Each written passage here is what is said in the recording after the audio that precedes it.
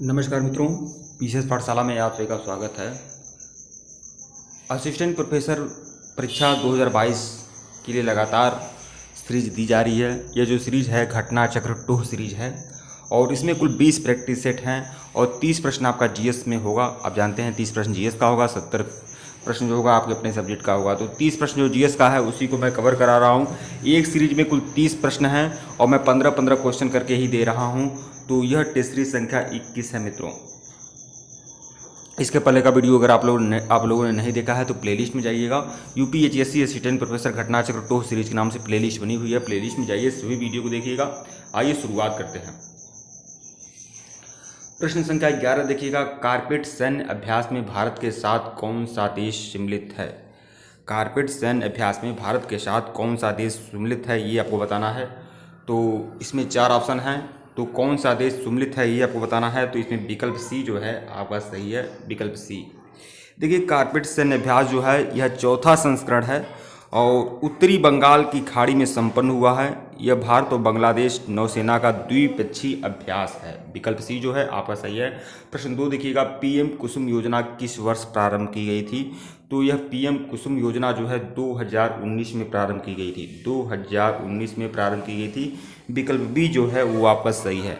नवीन या नवीकरणीय ऊर्जा मंत्रालय ने प्रधानमंत्री किसान ऊर्जा सुरक्षा एवं उत्थान महाअभियान योजना, इसका पूरा नाम, पीएम कुसुम योजना का जो पूरा नाम है, विस्तृत नाम, वह प्रधानमंत्री किसान ऊर्जा सुरक्षा एवं उत्थान महाअभियान, इसका फुल फॉर्म है।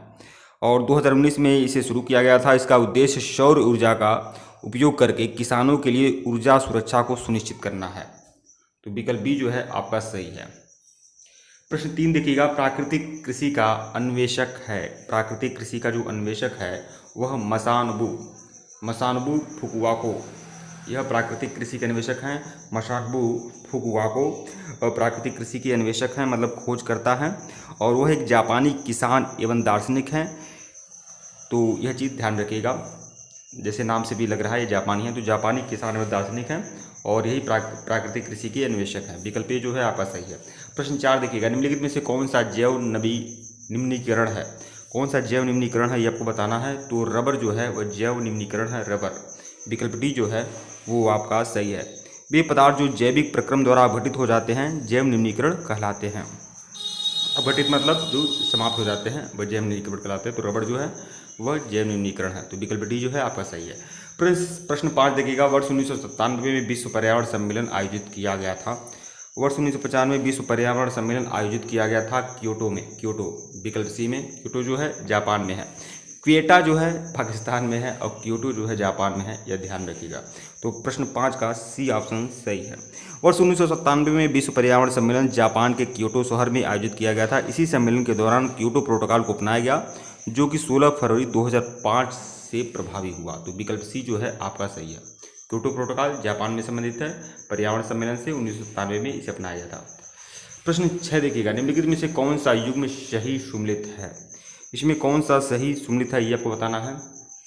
तो देखिए कौन सही सम्मिलित है ये आपको बताना है। तो देखिए जो आपका केवलादेव राष्ट्रीय उद्यान है, केवलादेव राष्ट्रीय उद्यान है, ये आपका भरतपुर में है, यही आपका सही सम्मिलित है। बाकी ये तीनों जो आपके हैं ए, बी और डी, यह आपके तीनों ऑप्शन गलत हैं।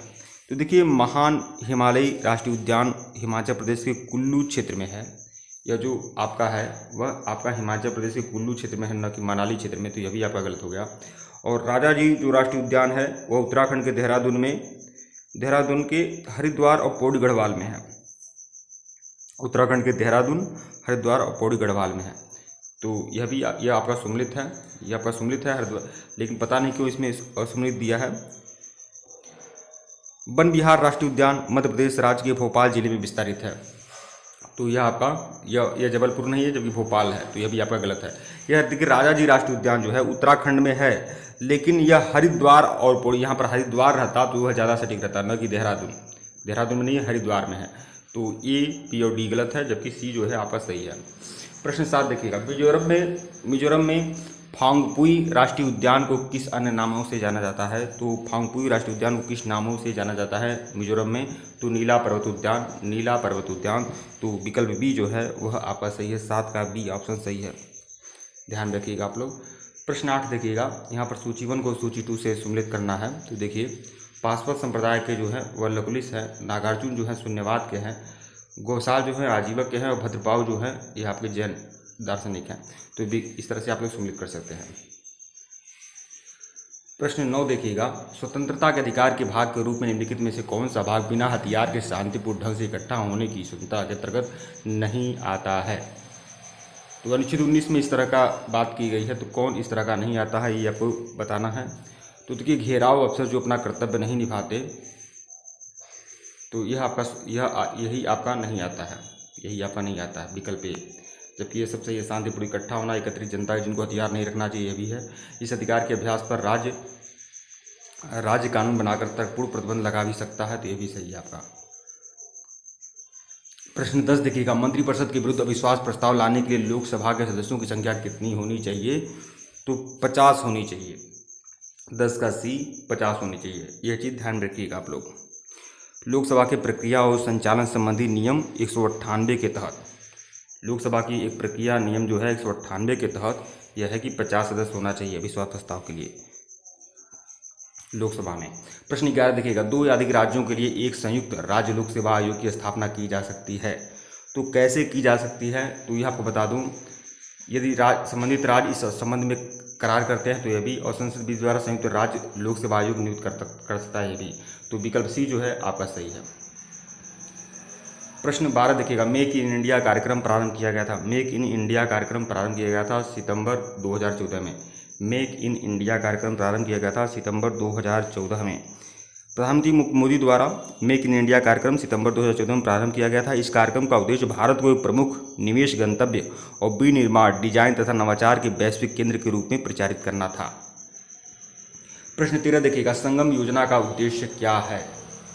तो संगम योजना का उद्देश्य जो है ये आपका विकलांगों की सहायता करना है, विकल्प डी, विकलांगों की सहायता करना है। संगम योजना 15 अगस्त 1996 को आरंभ किया गया था। इस योजना के अंतर्गत ग्रामीण क्षेत्रों में रहने वाले विकलांग व्यक्तियों को समूह में संगठित किया गया। संगम नाम से गठित ऐसे प्रत्येक समूह को आर्थिक गतिविधियां संपन्न करने हेतु 15,000 रुपये की सहायता प्रदान किए जाने की प्रावधान है। इसमें संगम योजना के तहत विकलांग व्यक्ति को 15,000 रुपये का राशि मिलता है। प्रश्न 14 देखिएगा, प्रथम राष्ट्रीय खेल विश्वविद्यालय किस राज्य में है? प्रथम राष्ट्रीय खेल विश्वविद्यालय जो है किस राज्य में है? तो मणिपुर में है, मणिपुर में है, विकल्प बी जो है वह आपका सही है। केंद्र सरकार द्वारा भारत में राष्ट्रीय खेल विश्वविद्यालय की स्थापना मणिपुर राज्य की राजधानी इम्फाल में किया गया है, ध्यान रखिएगा आप लोग। प्रश्न 15 देखिएगा, इस सीरीज का सबसे आखिरी प्रश्न, निम्नलिखित समितियों आयोगों में से किसने अपने प्रतिवेदन में अनुशंसा की कि राष्ट्रीय अर्थव्यवस्था को तीव्र करने के लिए विज्ञान, शिक्षा एवं शोध को उच्च प्राथमिकता प्राप्त होनी चाहिए? तो ऐसा किसने कहा है ये आपको बताना है। तो कोठारी आयोग, कोठारी आयोग की यह अनुशंसा थी, अनुशंसा मतलब सिफारिश थी। तो 15वां का डी जो ऑप्शन है वो आपका सही है, कोठारी आयोग। शिक्षा अनुसंधान, देखो 1964 में एक कोठारी आयोग बना था। शिक्षा अनुसंधान को देश की समस्त आर्थिक, संस्कृति एवं आत्मिक विकास एवं प्रगति हेतु निर्णायक माना गया है और इसी में यह बातें कही गई हैं। ठीक है मित्रों, वीडियो को लाइक और चैनल को सब्सक्राइब करिएगा। धन्यवाद आप लोग को। अगर इसके पहले का वीडियो नहीं देखे हैं तो प्लेलिस्ट में जाइएगा, यूपीएससी प्रोफेसर कट्टा चक्र 2 सीरीज के नाम से प्लेलिस्ट बनी हुई है, प्लेलिस्ट में जाइए, इस वीडियो को देखिएगा। धन्यवाद।